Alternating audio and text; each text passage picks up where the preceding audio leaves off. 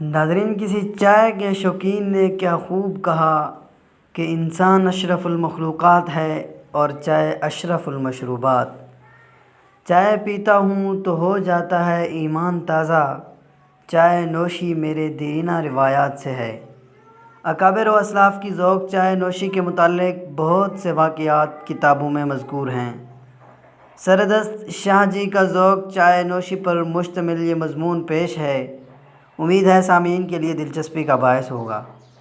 شاہ جی رحمۃ اللہ علیہ اور چائے حضرت امیر شریعت سید عطا اللہ شاہ بخاری کے رفیق خاص جناب جاں باز مرزا صاحب لکھتے ہیں، انسانی عادات قبر تک پیچھا نہیں چھوڑتیں۔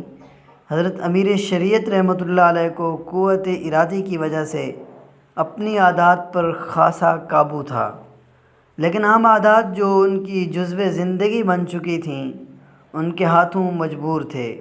مثلاً جیل میں ہوں یا ریل میں، نماز صبح سے پیشتر چائے بغیر دودھ کے ضرور پیتے۔ چنانچہ چائے کا سامان، سٹو، مٹی کا تیل، بہترین چائے کی پتی، چینی، نمک، فنجان اور ایک چھوٹا چمچ سفری باکس میں ہمیشہ ساتھ رہتا۔ کبھی کبھار شہروں میں اگر اچھی چائے نایاب ہو جاتی تو دیہاتوں کے سفر میں اس کی تلاش کرتے، جو اکثر مل جاتی۔ اس طرح ہمارے اکابر علماء میں سے ایک بہت بڑا نام مولانا مفتی محمود رحمۃ اللہ علیہ کا ہے۔